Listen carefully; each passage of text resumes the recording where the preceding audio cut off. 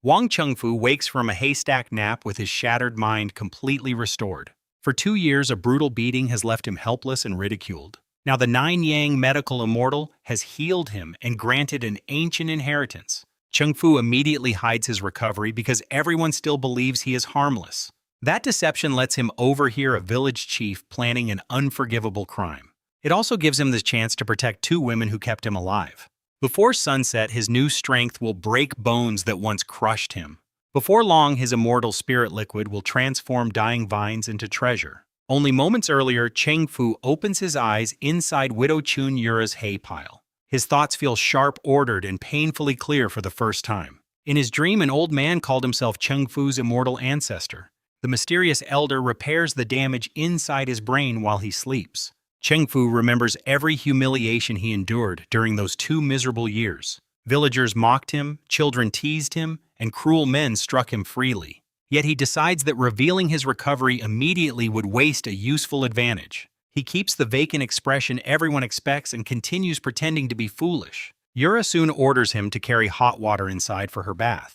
She is a beautiful young widow raising an infant daughter without protection. Her husband died 18 months earlier, leaving her trapped with hostile relatives. Because Chengfu seems harmless, she never worries about having him nearby. Inside the room, Chengfu discovers the immortal restored more than his intelligence. His damaged body now feels healthy, responsive, and stronger than before. Yura notices his unusual reaction and suddenly becomes nervous around him. Before either can address the awkward moment, someone calls from outside. The visitor is Li Zugan, Yura's father-in-law and East Willow's village chief. If Zugan discovers Chengfu inside, malicious rumors could destroy Yura's reputation. She locks the door and pulls Chengfu behind it before Zugan enters. Pressed together in silence, they listen as the chief begins speaking politely. His false concern quickly disappears, revealing resentment toward his widowed daughter-in-law. Zugan blames Yura for bearing a daughter instead of continuing his family line. He even claims his son's death somehow resulted from her supposed failure. Then the village chief reveals the true purpose behind his secret visit. He intends to force Yura into bearing a son for him personally. Yura recoils and pretends that alcohol must have confused the older man. Zugan drops every pretense and reminds her about the expensive bride price. More importantly, Yura's daughter still lives inside his tightly controlled household. He threatens the child, making resistance nearly impossible for the frightened widow. His plan is even crueler than Chengfu first realizes behind the door. Afterward, Zugan intends to blame the pregnancy on the supposedly impotent village fool. He will keep any son, then expel Yura and her daughter without mercy. Chengfu's blood burns as the respected chief calmly describes destroying 3 lives. Yura has no relatives powerful enough to challenge Zugan's authority in East Willow. Instead of refusing immediately, she asks him for 3 days to prepare. Believing she has surrendered, Zugan leaves with satisfaction written across his face. Once his footsteps fade, Yura's composure collapses and tears fill her eyes. She tells Chengfu that he treated her more kindly than anyone else. Even while disabled, he worked honestly and never deliberately caused her harm. Yura decides she would rather choose Chengfu than surrender to that predator. She embraces him, hoping to reclaim control over her body and future. Chengfu nearly loses himself when years of loneliness collide with her desperate affection. However, seeing tears slide beneath her closed eyes restores his conscience instantly. Yura fed him, protected him, and treated him like a younger brother. Exploiting her despair would make him no better than the village chief.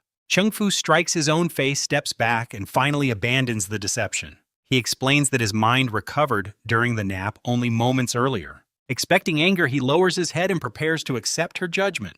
Instead, Yura pulls him close while relief overwhelms her remaining fear. She always considered him family and prayed constantly for his recovery. His honesty matters more to her than the foolish trick he attempted. Then Yura admits she still wants to remain beside him as his woman. Chengfu moves toward her, but consciousness suddenly vanishes from his restored body. He awakens inside the same endless white realm from his earlier dream. The Nine Yang medical immortal waits there, visibly pleased by Chengfu's moral choice. By resisting temptation, Chengfu has satisfied the hidden condition for receiving everything. The immortal transmits the Nine Yang method directly into his mind and meridians. This cultivation art can strengthen his body and cure countless severe illnesses. At its highest realm, its power can move mountains and disturb entire seas. The elder also leaves him a small magical gourd filled with spirit liquid. A single drop can nourish plants, animals, and other forms of life. His second treasure is the Book of Beauties, an unusual medical scroll. It records 9 extraordinarily rare female constitutions with unique spiritual properties, ancient remedies, acupuncture methods, cultivation knowledge, and medical secrets flood Chung Fu's mind. The pressure feels unbearable until the immortal finally disappears into brilliant light. Chung Fu wakes to find Yura shaking him and crying beside the bed. She believes his newly recovered mind has collapsed again without warning. He reassures her, then reveals enough about the inheritance to restore hope. Yura believes him mainly because his confidence feels completely different from before. Chung Fu promises that Zugin will never touch her while he remains alive. His new power gives that promise more weight than either understands yet.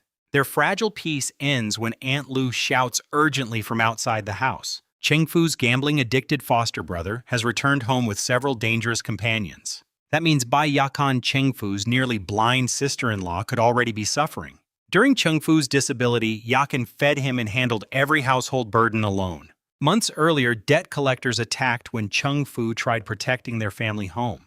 Yakan shielded him from another blow and suffered terrible damage to her eyes. His brother neither defended her nor showed remorse for causing the confrontation. Cheng Fu promises Yura he will resolve Zugin's threat within 3 days. Then he races home with fear tightening around his newly strengthened heart. The yard appears deserted but frightened. Sounds drift through the closed doorway. Inside, someone imitates Cheng Fu's old foolish voice to deceive the half-blind woman. Yakan begs the impersonator to release her and stop pulling her clothes. Cheng Fu instantly understands how her poor vision has been turned against her. He crashes through the door and finds Yakan curled against the bed. Standing over her is Zhang Liu, a bald loan shark with a scarred face. This is the same thug whose men damaged Yakan's eyes months earlier. Zhang Liu pretended Cheng Fu was drugged and desperately needed money for treatment. Believing him, Yakan offered every crumpled bill she had managed to save. Her kindness only encouraged the thug to approach and begin assaulting her. Zhang Liu laughs when Cheng Fu enters, still seeing the harmless fool from before. He orders his muscular followers Zhang Dong and Zhang Yong to attack immediately. These men once split Cheng Fu's head open without facing any resistance. Dong drives a heavy fist directly toward Cheng Fu's face with complete confidence. Cheng Fu catches it cleanly. The larger man strains desperately, but his trapped hand cannot move an inch. Cheng Fu twists once, and the cracking wrist echoes throughout the cramped room. Dong drops screaming while Yong charges from behind and punches Cheng Fu's back. The impact feels weaker than a careless tap against a stone wall. Cheng Fu turns and smashes his fist into Yong's face before he retreats. Blood and broken teeth scatter as Yong collapses beside his injured companion. The Nine Yang inheritance has multiplied Cheng Fu's strength, speed, and physical endurance. Zhang Liu's mocking expression disappears as Cheng Fu advances through the silent room. Unable to see clearly, Yakan assumes Cheng Fu is receiving another savage beating. She offers Zhang Liu anything he wants if he will spare her brother-in-law. Cheng Fu calmly tells her that none of these men can threaten him now. Panicking, Zhang Liu grabs a rolling pin and swings toward Cheng Fu's skull. Cheng Fu catches the weapon, kicks his stomach, and launches him into the wall. The loan shark crumples breathlessly while Cheng Fu plants a foot on his head. Cheng Fu reminds him that a known fool might escape severe punishment for murder. For the first time, Zhang Liu believes Cheng Fu may actually kill him. Before Cheng Fu decides, his foster brother, Wang Jichang, stumbles drunkenly through the doorway. Jichang does not defend his wife after seeing her clothes torn and face pale. Instead, he helps Zhang Liu stand and angrily shoves Cheng Fu aside. Cheng Fu explains the attempted assault, expecting even Jichang to show basic outrage. His brother responds that Yakan should feel honored by Zhang Liu's interest. The disgusting answer reveals a secret deal behind the entire planned attack. Jichang owes 50,000 yuan after repeatedly losing money through gambling. Each time Zhang Liu abuses Yakan, 5,000 yuan disappears from that debt. Jichang has therefore sold access to his own wife 10 separate times. Yakan sits motionless because she already understands what her husband has arranged. Her parents accepted a bride price, leaving her trapped inside this brutal marriage. Jichang then reveals that Cheng Fu is not his biological younger brother. His parents found Cheng Fu abandoned as a baby and raised him from compassion. According to Jichang, that makes Cheng Fu a stray without authority over family matters. He offers an even colder bargain after seeing Cheng Fu's attachment to Yakan. If Chung Fu pays 50,000 yuan within 15 days, Ji Cheng will transfer Yakan. He does not care who takes her provided his gambling debt disappears. Chung Fu wants to break every bone in the drunken man's body. However, gratitude toward the parents who raised him restrains his murderous anger. He accepts the impossible bargain and warns everyone to stay away from Yakan. Another attempt against her will end every remaining trace of family mercy. After Ji Cheng leaves, Yakan carefully feels Chung Fu's arms and chest for injuries. Finding none, she hugs him and scolds him for taking such dangerous risks. Chung Fu finally tells her that his damaged mind has completely recovered. His precise words and decisive actions make the truth impossible to deny. Yakan cries with happiness, but the enormous debt quickly darkens her relief. She possesses less than 500 yuan after years of desperate saving. Chung Fu explains that he studied medicine before the beating destroyed his mind. Combined with the immortal inheritance that knowledge offers several paths toward money. More urgently, he believes he may be able to treat Yakan's fading vision. She grips his sleeve as hope and fear shake her exhausted body. Chung Fu examines her eyes, pulse, nerves, and the injuries around her skull. The untreated damage has worsened and will soon cause permanent complete blindness. His current medical inheritance cannot repair everything without unlocking its second stage. That stage requires contact with women possessing the 9 sacred constitutions. Chung Fu checks Yakan's pulse again and feels an unmistakable hidden current. The discovery leaves his fingers trembling against her thin and weakened wrist. Yakan possesses the water charm sacred body, one of those 9 constitutions. Such a body supposedly appears only once among every 10,000 women. Awakening it could repair her injuries, restore her sight, and strengthen her completely. Confirming the constitution requires a careful examination of her bones and physical structure. Chung Fu worries she will misunderstand his request after everything Zhang Liu attempted. Unable to reveal the full inheritance, he describes it as a nutritional examination. Yakan hesitates, then agrees because she trusts the man she protected for years. Chung Fu remains professional while confirming every feature described inside the ancient scroll. When the examination ends, he knows there is genuine hope for her eyes. He only explains that her unusual condition may respond to specialized treatment. First, he must purchase herbs that can slow the worsening nerve damage. At dawn, Chung Fu visits Yura and asks to borrow 500 yuan. She immediately gives him twice that amount before hearing the entire explanation. Her unquestioning support strengthens his determination to protect both women from their enemies. Chung Fu borrows Yura's 3-wheeled cart and heads toward the county town. Near the village entrance, he spots Zugin speaking privately with nephew Li Ting. Chung Fu slows down while keeping the empty smile of a wandering fool. His enhanced hearing captures every whispered detail from across the narrow road. Zugin no longer intends to honor the 3 days he granted Yura. He orders Li Ting to purchase a powerful drug for use that evening. After drugging Yura's wine, Zugin plans to force himself upon her immediately. He believes shame and his respected position will keep her permanently silent. Should she accuse him, he will claim the lonely widow seduced him. Even worse, Zugin promises that Li Ting can approach her afterward as well. They notice Chung Fu's cart, but relax after recognizing the familiar village fool. Chung Fu acts confused, laughs meaninglessly, and continues toward the county without confrontation. Li Ting soon follows on a motorcycle intending to purchase the illegal powder. Chung Fu repeatedly swerves across the narrow road and blocks every passing attempt. When Li Ting finally draws alongside, Chung Fu nudges the motorcycle toward the ditch. The machine crashes into muddy water, throwing its furious rider among the weeds. Chung Fu pretends innocence and leaves Li Ting dragging the motorcycle through thick mud. His enhanced legs drive the heavy 3-wheeler faster than should be physically possible. He reaches the county town long before Zugin's filthy accomplice can recover. Chung Fu enters a traditional medicine shop and notices 2 imposing customers nearby. One is a Bao, a muscular bodyguard, wearing a sleeveless black vest. The other is Kong Xian, a respected former mine owner with dangerous connections. Years earlier, a mine collapse killed workers and sent Kong Xian to prison. Afterward, he sold everything possible to compensate the dead workers' grieving families. Chung Fu notices dark skin, uneven breathing, and weakness inside Kong Xian's leg. Those signs reveal an old head injury pressing dangerously against important nerves. Chung Fu warns that untreated pressure could soon cause paralysis or sudden death. Kong Xian admits a support beam struck his skull during the mine rescue. Arrest followed immediately, preventing him from receiving careful treatment at that time. Abao threatens Chung Fu for casually predicting the death of his respected employer. Kong San stops the bodyguard but doubts a farmer diagnosed him accurately. He assumes Chung Fu recognized his identity and invented danger to gain favor. Chung Fu refuses to argue after delivering the warning and turns toward the counter. He orders several unusual herbs, mineral powders, roots, and acupuncture needles. The elderly shopkeeper initially questions whether such mismatched ingredients can work together. Chung Fu tastes one root and accurately identifies its age, origin, and medicinal quality. That demonstration convinces the shopkeeper that the young farmer possesses genuine medical knowledge. Chung Fu pays 360 yuan and begins the long journey home. After his departure, the shopkeeper explains that brain injuries can weaken distant limbs. Kong San remembers striking his head again before his most recent fall. Unease finally overcomes pride, sending him directly toward the county hospital. Examinations confirm an old blood clot exactly where Chung Fu described the problem. Doctors offer surgery, but failure could leave Kong Xian paralyzed or unconscious forever. He immediately begins searching for the farmer who diagnosed him with one glance. Meanwhile, Chung Fu returns to Yura and reveals Zugen's plan for that evening. Yura turns white, grabs a sickle, and prepares to attack her father-in-law.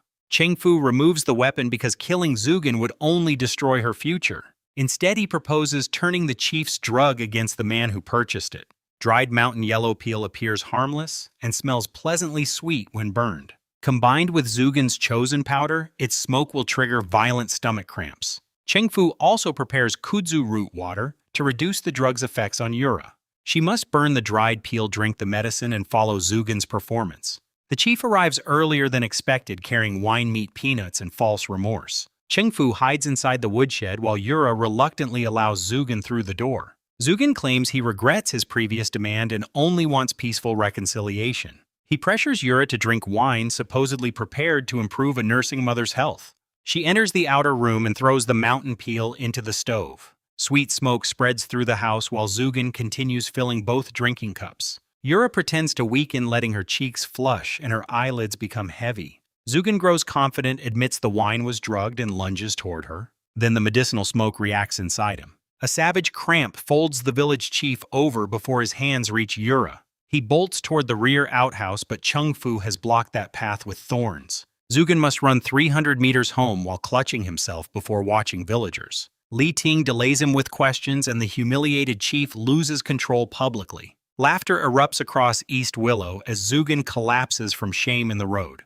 While the crowd follows him, Yura struggles with the remaining drug inside her body. Chung Fu stays beside her until the danger passes and she finally rests safely. By morning, Kong Xian is already traveling toward East Willow with 2 vehicles. He has learned Chung Fu's diagnosis was exact, and now his survival depends on finding him. Before those vehicles arrive, Chung Fu returns home and prepares Yakan's first serious treatment. He boils the purchased herbs, then asks her to drink the bitter medicine. Warm pressure gathers behind Yakan's damaged eyes, proving the prescription has begun working. Chung Fu explains that acupuncture must stimulate her entire body rather than only her face. Embarrassed but determined, Yakan covers herself with a thin sheet and lies still. The first needle enters a point near her neck and temporarily prevents movement. Fear flashes across her face when she discovers that her limbs cannot respond. Chung Fu reassures her that sudden movement could make the delicate procedure dangerously inaccurate. He places additional needles around her eyes, arms, and several important meridian points. Then he begins stimulating the dormant water charm sacred body beneath her weakened skin. Fine sweat gathers across Yakan's body as the rare constitution slowly awakens. Her pale face gains color and an unfamiliar natural radiance begins emerging. Chung Fu bites his lip until it bleeds, forcing himself to maintain perfect concentration. 5 minutes feel endless while spiritual energy moves through Yakan's damaged nerves. Finally, dark, polluted blood seeps from both corners of her injured eyes. The blockage is draining. Chung Fu removes every needle and rushes outside before his discipline completely collapses. He tells Yakan to bathe, rest, and avoid straining her eyes afterward. Then he empties freezing well water over his head to calm himself. Inside, Yakan turns toward the window and notices a shadow moving beyond it. Previously, she could not distinguish light from darkness through her injured vision. Now she can make out Chung Fu's blurred outline beside the well. The medicine and acupuncture have already restored a small part of her sight. Relief replaces her earlier embarrassment because Chung Fu was genuinely treating her condition.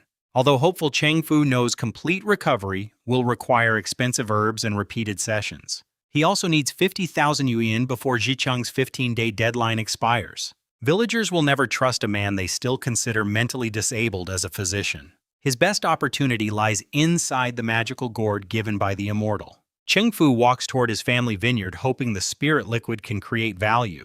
The neglected field looks worse than every neighboring vineyard surrounding East Willow. Weeds tower over thin vines bearing shriveled pale clusters with almost no sweetness. Zicheng never works, while Yakan and the formerly disabled Cheng Fu could barely maintain anything. Cheng Fu summons the gourd and pours tiny drops along one row of vines. He treats exactly 50 plants before returning home with no visible result. An empty stomach keeps him awake, yet exhaustion eventually drags him into sleep. At sunrise, an impossibly sweet fragrance reaches him before the vineyard becomes visible. Cheng Fu breaks into a run and stops speechless beside the treated row. 50 dying vines have transformed overnight into thick, vigorous plants covered with leaves. Heavy clusters hang beneath them, each grape nearly as large as a pigeon egg. Their skins are glossy black, reflecting the morning light like polished pearls. Cheng Fu bites his leg to confirm that the sight is not another dream. Pain answers immediately. He picks one enormous grape and breaks its skin between his teeth. Rich juice bursts across his tongue with a perfect balance of sweetness and acidity. The flavor surpasses every expensive fruit Cheng Fu remembers from his university years. He finishes an entire cluster before noticing warmth spreading through his empty stomach. Old hunger pains vanish as the fruit's vitality nourishes his weakened internal organs. These grapes are more than delicious because they possess a measurable healing effect. Cheng Fu laughs toward the morning sky, finally seeing a path toward real wealth. He treats 2 more rows, removes surrounding weeds, and harvests the ripened clusters. 2 large bamboo baskets are filled and hidden safely inside the family cellar. Before selling anything, Cheng Fu returns home to check Yakan's improving eyes. He enters her room from habit, forgetting their relationship has changed since his recovery. Yakan sits half-dressed on the bed, struggling with a broken undergarment strap.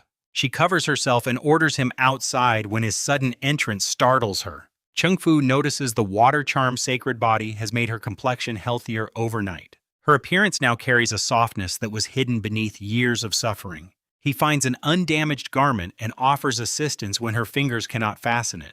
Yakan attempts the task alone, but nervousness makes every small movement more difficult. Eventually, Cheng Fu carefully closes the clasps behind her and immediately steps away. Both remember the previous treatment, leaving the room painfully quiet afterward. Cheng Fu develops a sudden nosebleed and blames the summer heat without convincing anyone. When he returns, Yakan is crying because she still cannot dress independently. She calls herself useless and fears becoming a permanent burden upon him. Cheng Fu sits beside her and refuses to let those cruel words stand. For 2 years, she became his, hands his judgment and his reason for surviving. If her sight never returns, he promises to become her eyes for life. He prepares noodles, shares breakfast with her, and describes the next treatment stage. Her body must grow stronger before he attempts complete activation of the sacred constitution. The final method will require absolute trust and cooperation during several difficult sessions. Yakan agrees without hesitation because she refuses to remain helpless beside him. Her answer deepens Cheng Fu's determination to earn the money needed for every medicine. He loads both baskets onto Yura's 3-wheeled cart and rides toward the county market.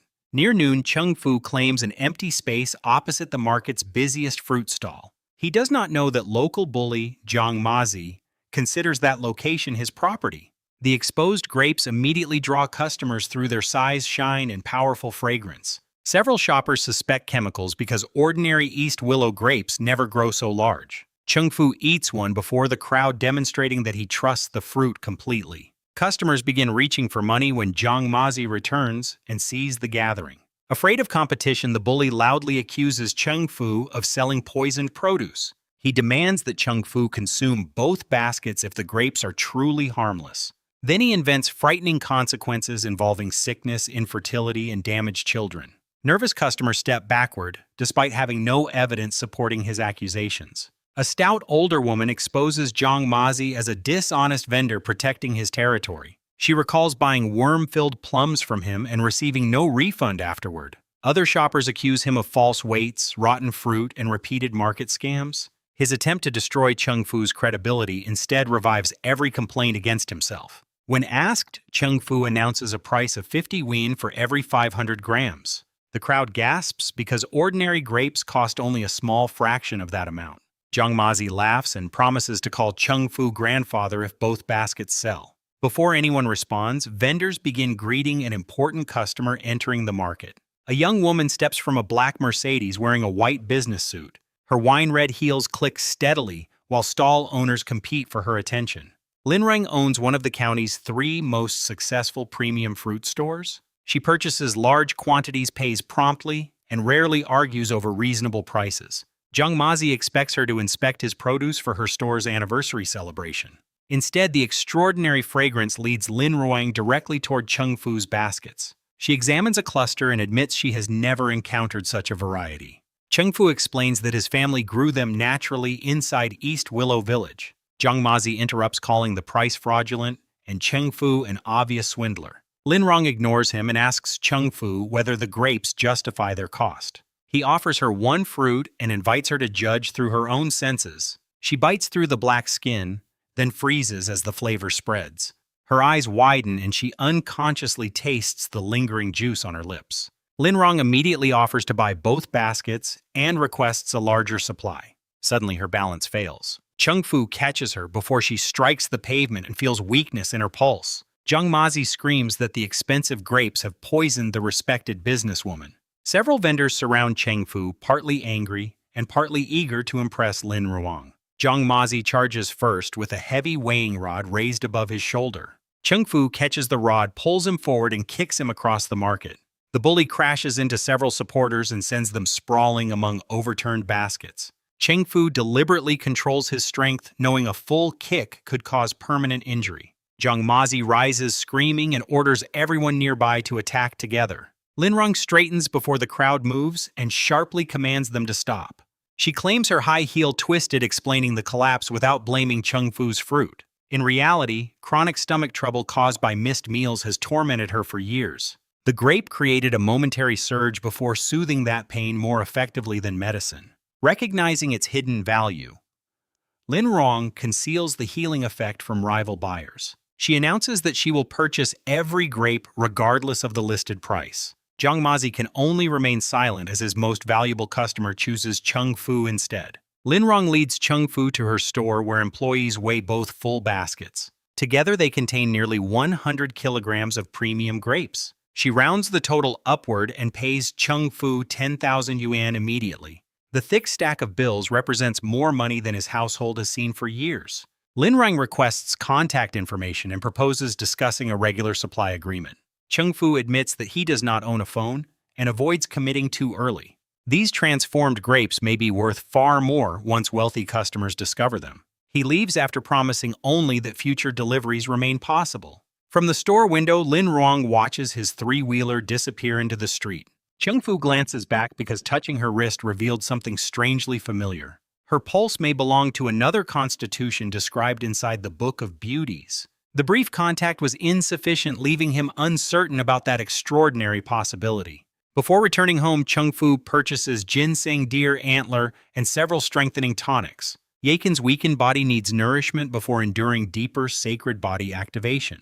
He also buys 5 sets of comfortable cotton undergarments to replace her worn clothing. She has purchased nothing new for herself since devoting every coin to his survival. The shopkeeper includes a sealed gift box, claiming any woman would appreciate its contents. Cheng Fu accepts it without inspecting the item hidden beneath decorative wrapping. Unknown to him, Kong Xian reaches the medicine shop shortly after his departure. The hospital examination has confirmed the brain clot and the danger of paralysis. Learning Cheng Fu lives in East Willow, Kong Xian gathers bodyguards and immediately departs. Meanwhile, Cheng Fu approaches home and notices a frightened crowd surrounding his gate. Zhang Liu has returned for revenge this time, accompanied by professional county thugs. 5 strangers stand behind him under the command of tattooed enforcer Yuan Xiang. Yakin guards the doorway with a fire poker despite her limited vision. Zhang Liu demands Cheng Fu appear and repay the humiliation from their previous encounter. Villagers watch silently because Yuan Xiang's reputation makes intervention nearly suicidal. The tattooed enforcer notices Yakin's awakening beauty and grips her wrist possessively. Her sacred constitution has already improved her complexion movement and natural charm.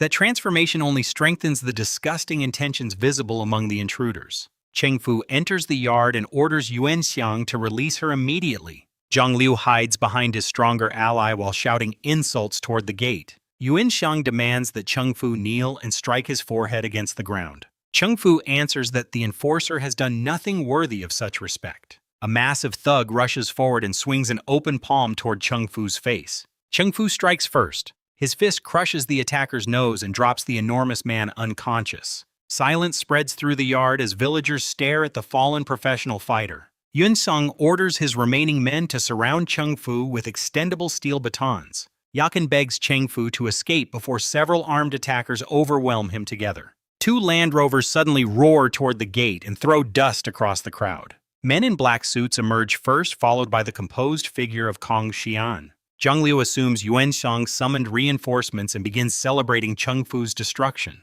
Several villagers lower their eyes, certain the young farmer has no possible escape. A former miner recognizes Kong Xian and nearly loses his balance from fear. For more than 10 years, this man's influence has reached throughout the county. Everyone expects him to ignore Cheng Fu or support the stronger group of enforcers. Instead, Kong Xian approaches the farmer and greets him with genuine respect. The entire yard becomes motionless. The county's feared former underworld boss has addressed East Willow's fool as Mr. Wang. Zhang Liu fails to recognize Kong Xian and foolishly insults his age and weakness. He boasts about Yuan Xiang's strength and warns the newcomer against interfering. Yuan Xiang slaps Zhang Liu so hard that his swollen body nearly spins around. Only then does Zhang Liu notice cold sweat running down the enforcer's tattooed face. Kong Xian delivers 3 heavier slaps while challenging every arrogant claim Zhang Liu made. The loan shark's cheeks swell, yet he no longer dares to defend himself. Kong Xian turns toward Yuan Xiang and asks when he began abusing defenseless women. The enforcer stammers excuses before receiving an order to remove his garbage immediately. Yuan Xiang gathers his men and retreats faster than anyone expected from him. Zhang Liu tries slipping away, but Cheng Fu closes one hand around his shoulder. Increasing pressure drains the color from the thug's face and bends his knees. Cheng Fu promises to repay Jicheng's debt according to the agreed deadline. However, another invasion of his home will bring consequences money cannot settle. He kicks Zhang Liu through the gate while watching villagers burst into laughter. The thug arrived with professionals to recover his pride and leaves crawling through dirt. Once the intruders disappear, Cheng Fu invites Kong Xian inside the modest family house. He sends Yakan to rest, prepares ordinary tea, and waits for the real request. A man surrounded by bodyguards did not travel here merely to thank a farmer. Kong Xian first apologizes for Abao's earlier threats inside the medicine shop. Abao bows as well, then attempts to kneel while begging Cheng Fu for treatment. Cheng Fu catches the powerful bodyguard's arm and holds him upright with one hand. Abao pushes downward using all his strength but cannot move another inch. Kong Xian realizes Cheng Fu never needed protection against Yuan Xiang's entire group. The dramatic rescue therefore created no debt that could purchase medical assistance. He also understands that Cheng Fu has seen through his carefully arranged display of influence. Abandoning every tactic, Kong Xian sincerely asks the young physician to save his life. Cheng Fu takes his wrist and studies the pulse with 2 fingers. The clot has worsened, making the situation more difficult than his first observation suggested. Cheng Fu rises, walks toward his room, and states that Kong Xian arrived too late. Color drains from this older man's face as he interprets those words as death. Cheng Fu returns carrying his needles and clarifies that treatment remains possible. 2 years earlier, one session might have resolved the entire condition easily. Now Kong Xian needs several procedures and roughly half a month of medicine. Abao objects when Cheng Fu selects the first needle, but his employer silences him. Kong Xian orders every bodyguard outside and accepts responsibility for the risk. Cheng Fu inserts a short needle near his neck, temporarily paralyzing his entire body. Rather than panicking, Kong Xian recognizes the precision behind that immediate effect. Cheng Fu then reveals a second needle nearly half a foot in length. He aims its point toward the corner of Kong Xian's unblinking eye.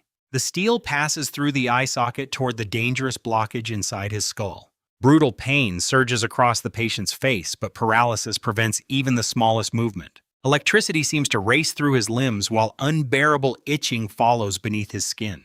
Tears and mucus stream down Kong Xian's face as he endures the procedure silently. Cheng Fu withdraws the long needle and finally releases the paralyzed pressure point. Kong San collapses forward, gasping like someone pulled from deep water. Dark brown blood has drained from the treated eye alongside his ordinary tears. That poisonous stagnation came directly from the clot compressing his brain's delicate nerves. After washing, Kong Xian discovers the heaviness in his head has already vanished.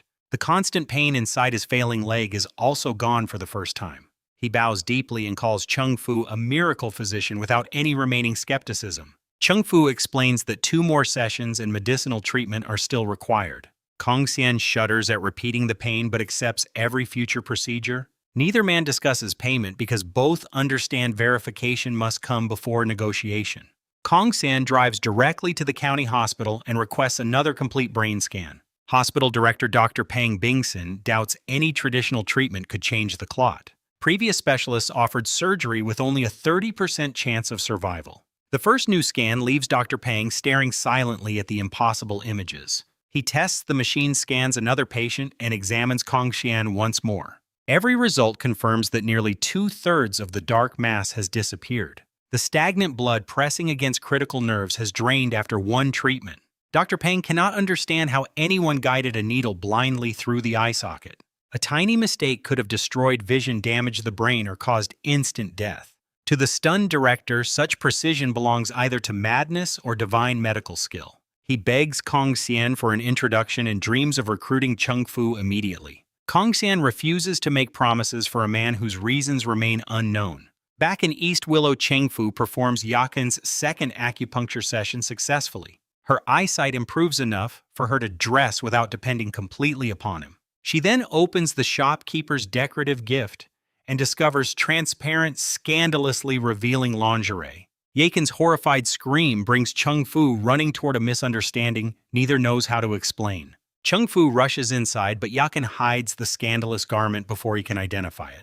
Her burning face and furious silence leave him completely confused about his supposed gift. Later, she quietly asks whether he truly wants to see it someday. Chung Fu assumes she means the present itself and says she may discard it. Yakin lowers her head and promises she will show him when ready. He remains unaware that the shopkeeper selected intimate clothing instead of an ordinary surprise.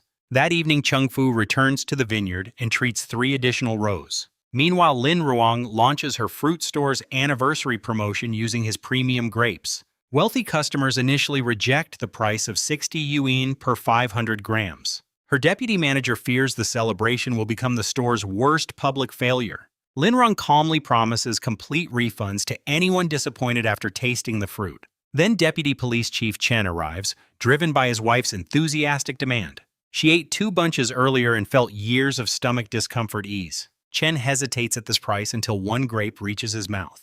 He eats half a cluster before noticing that the entire store is watching. Every ordinary grape now seems tasteless compared with Chung Fu's transformed harvest. Chen purchases a large quantity for his wife's superior and police colleagues. His respected position destroys the crowd's suspicion faster than any advertisement could. Customers begin tasting the grapes and every complaint vanishes after the first bite. Several people with chronic stomach problems feel immediate warmth and relief. Demand explodes. Lin Ruang limits each buyer, creating greater urgency among already excited customers. Business owners summon relatives and employees to purchase additional portions under different names. Within 2 hours, every premium grape is gone from the display. Membership sales and ordinary fruit purchases produce half a month's normal revenue. Success brings a new problem because Lin Ruang has no way to contact Chung Fu. She decides to visit East Willow personally if he does not return tomorrow. That night, Chung Fu visits Yura to borrow her cart for another harvest. Neither notices Li Ting watching from darkness outside the locked gate. When Chung Fu remains inside for hours, the accountant understands their secret relationship. He reports everything to Zugin, including suspicions about Chung Fu's restored intelligence. Zugin finally connects his humiliating illness with the young man's medical knowledge. Furious jealousy drives him toward Yura's house in the middle of the night. Chung Fu refuses to hide when violent pounding shakes the wooden gate. Opening it beside Yura, he confronts the village chief without fear. Her wet hair and flushed face reveal enough for Zugin to understand everything. Chung Fu asks why an older man is attacking his widowed daughter-in-law's home. He states that 2 unmarried adults owe Zugin no explanation for their choices. The chief wants to strike him, but remembers Yuan Xiang's humiliating retreat. Kongxian's visible respect also prevents Zugin from using force immediately. He leaves with murder in his eyes and begins planning a quieter attack. Years earlier, Zugin and Li Ting framed an honest accountant for embezzlement. Now they decide to repeat that successful scheme against Cheng Fu. The county recently provided 30,000 yuan for repairing East Willow's water channel. Li Ting steals the cash and hides it inside Cheng Fu's woodpile after midnight. Enhanced hearing alerts Cheng Fu before the accountant reaches the side of the house. He watches through a narrow door crack until Li Ting climbs away. Inside the bundle, Cheng Fu finds 3 stacks of untouched county banknotes. Direct confrontation would only allow the conspirators to deny planting the evidence. Instead, Cheng Fu carries the money indoors and creates a plan of his own. Before dawn, 2 newly treated vineyard rows are already heavy with ripe grapes. He harvests everything and reaches Lin Ruang's store before its doors open. Deputy Manager Lulu recognizes his card and welcomes him with visible relief. Lin Ruang arrives quickly after learning that her missing supplier has returned. The cart contains nearly 250 kilograms of premium fruit. She rounds the weight upward and owes Cheng Fu 25,000 yuan. Because he lacks a bank account and telephone, she drives him to withdraw cash. Cheng Fu finally buys a smartphone and immediately gives Lin Ruang his number. After expenses, his savings now exceed 32,000 yuan. Returning home, he hides that personal money inside the exact woodpile location. Li Ting's original county funds remain secured inside a cabinet beyond anyone's sight. At noon, Zugin announces paid water channel work through the village loudspeaker. He promises 500 yuan in advance to each of 60 laborers. Villagers gather eagerly because the chief has never offered payment before work. Moments later, Zugin emerges, pretending that the entire county allocation has vanished. Some residents accuse him of stealing public funds and demand an official investigation. He claims he saw Cheng Fu sneaking near the village office during the night. Li Ting adds that something was hidden inside the Wang family's woodpile. A large crowd marches toward Cheng Fu's home seeking their missing wages. Cheng Fu meets them calmly, while Yakin angrily defends his honesty. When questioned, he deliberately admits touching the woodpile after midnight. That unexpected response unsettles both conspirators, but they continue the prepared performance. Li Ting retrieves the bundle and raises it triumphantly before the crowd. Cheng Fu lunges toward him while demanding the return of his personal money. Villagers curse in disappointment, believing the former student betrayed their earlier kindness. Zugin explains that county banknotes carry fresh and consecutive serial numbers. He orders Li Ting to open the bundle and expose Cheng Fu completely. The accountant unwraps 32,000 yuan in mixed circulated bills. Confusion replaces triumph because the amount and serial numbers match no county allocation. Cheng Fu explains that Lin Ruang paid him for 2 separate grape deliveries. His new telephone contains her number and records capable of confirming the transaction. Zugin demands proof, expecting a wealthy shop owner to ignore a village farmer. Lin Ruang answers immediately and verifies every payment before the listening crowd. She even states the exact weights, prices, and dates of both purchases. Suspicion turns toward Zugin and Li Ting as their accusations collapse. Cheng Fu then retrieves the untouched county bundle from inside the house. He claims to have discovered it near the village office before sunrise.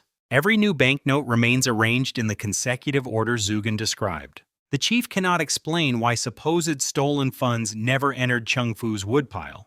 Villagers conclude that Li Ting either lost the money or attempted deliberate framing.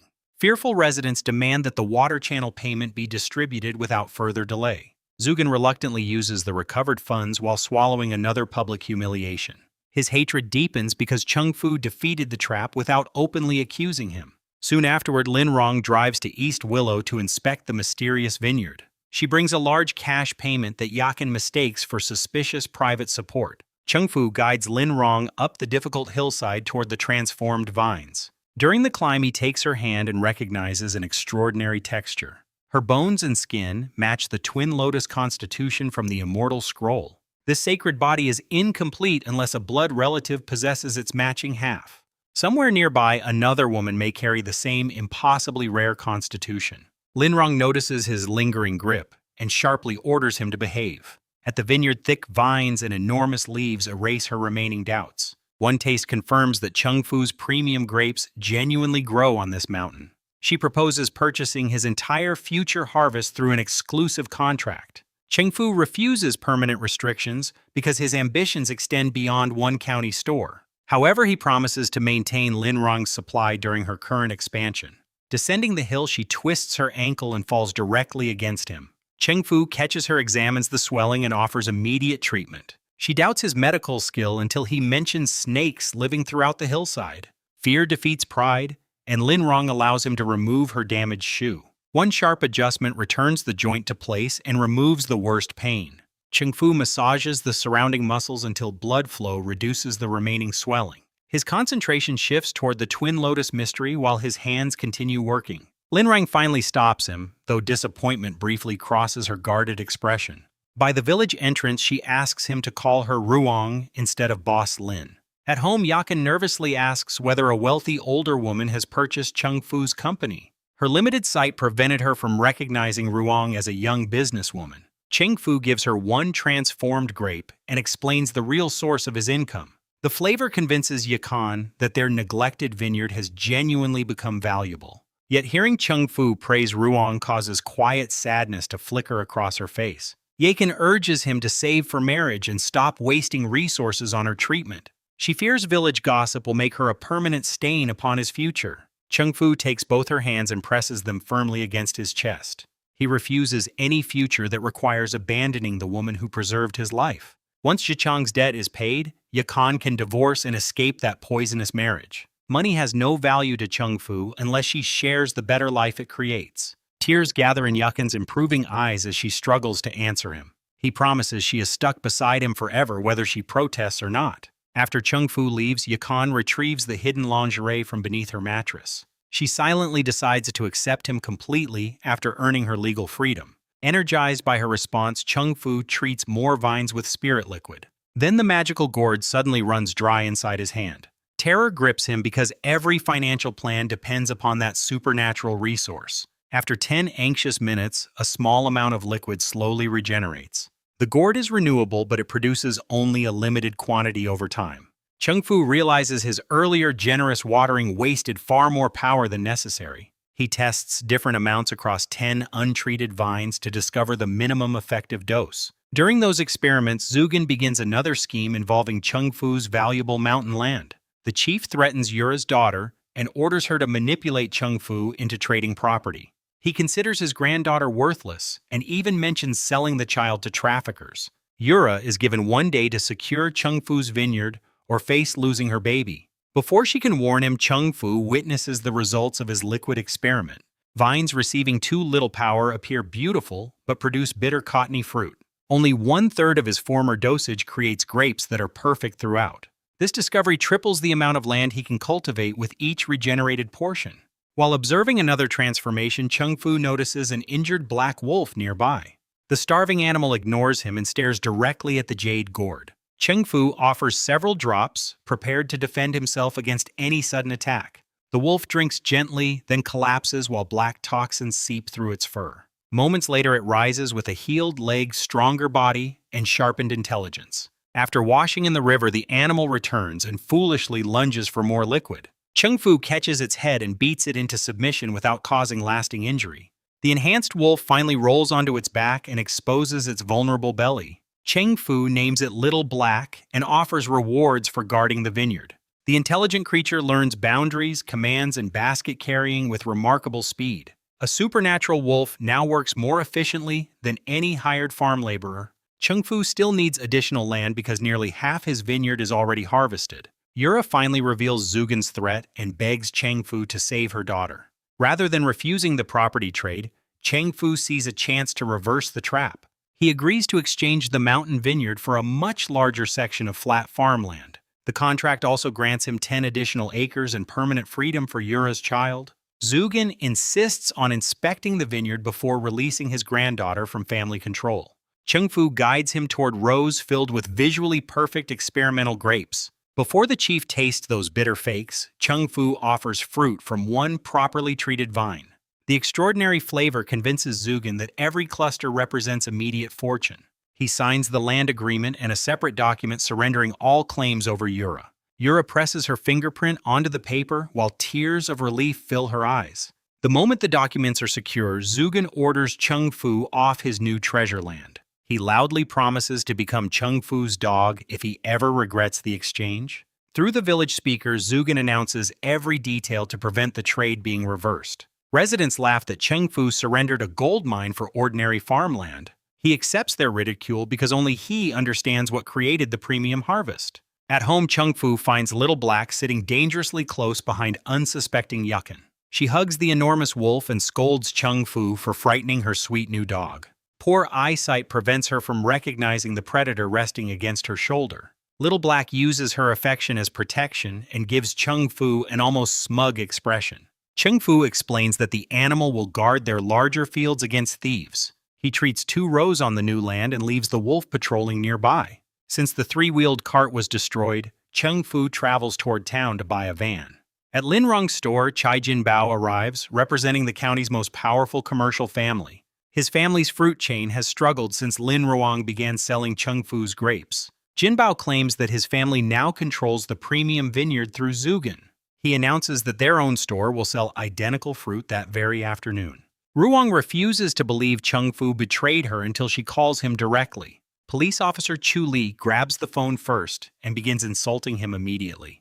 Chengfu responds with equal hostility, calling the fierce officer an impossible dragon. Their argument accomplishes nothing until Ruang regains control of the conversation. She asks directly whether Chengfu surrendered his mountain vineyard to someone else. His surprise question confirms the transfer before he can explain the larger exchange. Ruang drops the phone, believing her trusted supplier secretly chose her greatest rival. Shock combines with an existing internal cold condition and causes severe abdominal pain. Chu Li catches her while cursing Chengfu as an ungrateful, opportunistic traitor. Chengfu arrives at the store and finds both women pale, furious, and suffering. Chu Li throws a jade ornament toward his head before Ruang begs her to stop. One glance reveals that Ruang's condition has become medically dangerous. Chengfu pushes past the officer and kneels beside the collapsing businesswoman. He explains that the old vineyard was exchanged for much more usable farmland. With the correct spirit treatment, that new land will produce even larger harvests. He promises to preserve Ruang's supply and accept the exclusive agreement she requested. Hope returns to her eyes, but the acute internal pain continues worsening. Chengfu presses his hand against her lower abdomen and begins a warming medical technique. Chu Li tries to interfere, convinced he is taking advantage of her weakened friend. Ruang stops the officer because warmth is already replacing the unbearable cold. Chengfu directs the trapped chill downward through precise pressure and controlled movement. Her rigid muscles slowly relax as circulation returns to the affected area. The same strange sensation unexpectedly travels through Ruang's bond with Chu Li. The police officer's own pain begins easing despite receiving no direct treatment. Chengfu finally understands why both women possess matching pulses and synchronized reactions. Ruang carries one half of the Twin Lotus Constitution.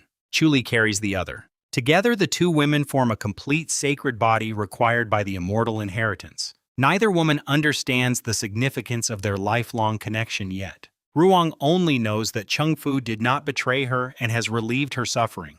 Chu Li remains suspicious, embarrassed, and furious that his treatment affected her too. Outside, customers rush toward the Chai family store expecting premium grapes from Zugin's land. They do not know those beautiful clusters were created with insufficient spirit liquid. The Chai family believes it has stolen Chengfu's fortune while Zugin celebrates too early. Chengfu now owns more land, has freed Yura's daughter, and found 2 sacred constitutions. Yet the powerful Chai family has entered the conflict without understanding the trap beneath its prize. As Ruang's pain fades beneath his hand, Chengfu realizes the Twin Lotus has finally appeared in full.